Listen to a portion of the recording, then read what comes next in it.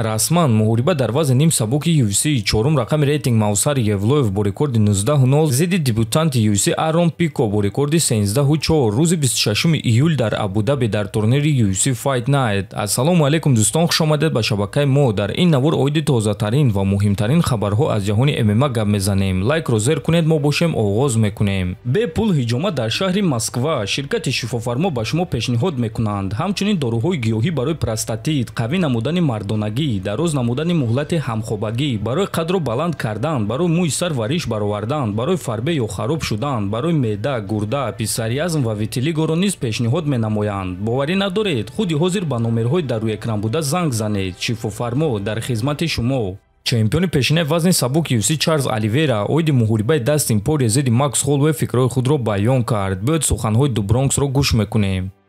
дар муҳорибаи ман зидди Холлоуэй ман аз ҳисоби гирифтани осеб худро ба пуррагӣ нишон дода натавонистум. Макс Холлоуэй ҷангвари серҳаракат аст ва рақибонро дар хатогиҳояшон қапиданро дӯст медорад. оиди Дастин бошад, пас аз ҳама рақибоне ки ман бо онҳо ҷангидам, ӯ аз ҳама бокси беҳтарин дорад. ӯ сарфакорона ҳаракат мекунад, зарбаҳои вазнин дорад ва боақлона меҷангад. илова бар ин дафъа ӯ дар шаҳри худ меҷангад. барои ҳамин ман фикр мекунам ки Дастин ғалабаро ба даст меорад. ин охирон муҳорибаи уст ва Дастин ин чизро дарк мекунад, гуфтааст Оливейра. хотиррасон мекунем ки муҳориба байни Дастин Порие ва Макс Холлоуэй рӯзи 20 июл дар турнири UFC 318 баргузор мегардад ва барои камарбанди BMF хоҳад шуд. ҳамчунин бояд қайд кард ки ин сеюм муҳориба байни онҳо мешавад ки дар ду муҳорибаи пешина Порие пирӯз шуда буд.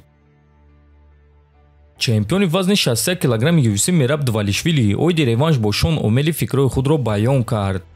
барои ман ин мерос аст, аз ҳамин сабаб ҳар як муҳориба барои ман муҳим аст. ман барои ин реванш шодум ва ин дафъа фавран ғолиб шудан мехоҳум. зарбазании худ ва дигар корҳоро санҷидан мехоҳум. ман медонам ки Шон бо дигар нақша мебарояд. ӯ мегӯяд ки 70% аз пештара зудтар мебарояд ва ман ин чизро санҷидан мехоҳум. дар якум муҳориба ман нақшаи аниқе доштам ки медонистам ғалаба меорад. ӯ низ нақша дошт, лекин ман ӯро шикаст додум. акнун ба назари ман ӯ аз оғози муҳориба ба ман ҳамла мекунад. дар якум муҳориба ӯ маро интизор мешуд. ман бошам аз дистансия кор мекардам ва ҳар вақте ки ӯ наздик мешуд ман ӯро ба замин меафтонидум. ин дафъа бозӣ дигар гуна мешавад. ҳар як муҳориба таҷрибаи нав аст ва ман кӯшиш мекунам ки аз ҳама кор ягон чизи нав омӯзум, гуфтааст Двалишвили. ногуфта намонад ки реванш байни Мераб Двалишвили ва Шон Омели аллакай рӯзи 8 июн дар турнири UFC 316 баргузор мегардад ва муҳорибаи асосии ин турнир хоҳад шуд.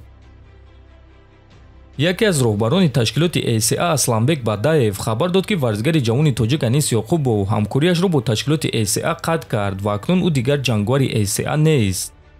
мо мехостем ки муҳорибаи Анис зидди Вартанро ташкил кунем, дар ҳоле ки Вартан ин чизро намехост. лекин Анис Ёқубов шартномаи худро ба анҷом расонида шартномаи нав бастан нахост. аҷиб он аст ки мо аз ӯ ин корро интизор набудем. ӯ барои 4 муҳориба шартнома дошт. мо фикр кардем ки барои 6 муҳориба шартнома дорад. шартномаи худро ба анҷом расонида Анис муҳориба зидди Вартанро моҳи декабр қабул кард. аммо моҳи июн вақте ки мо ин муҳорибаро такроран ташкил карданӣ будем, бо кадом сабабе ӯ шартномаи нав бастан нахост, гуфтааст Асланбек. хотиррасон мекунем ки Анис Ёқубов дар ташкилоти ACA 4 муҳориба гузаронидааст ва дар ҳамааш пирӯз шудааст. акнун бошад ӯ агенти озод аст ва бо ягон ташкилот шартнома надорад. худи шумо дӯстон муҳорибаи навбатии Анис Ёқубовро дар кадом ташкилот дидан мехостед? метавонед фикрҳои худро нависед. ҳатман дар YouTube канали мо обуна шавед. то боздид, хонободу сарбаланд бошед.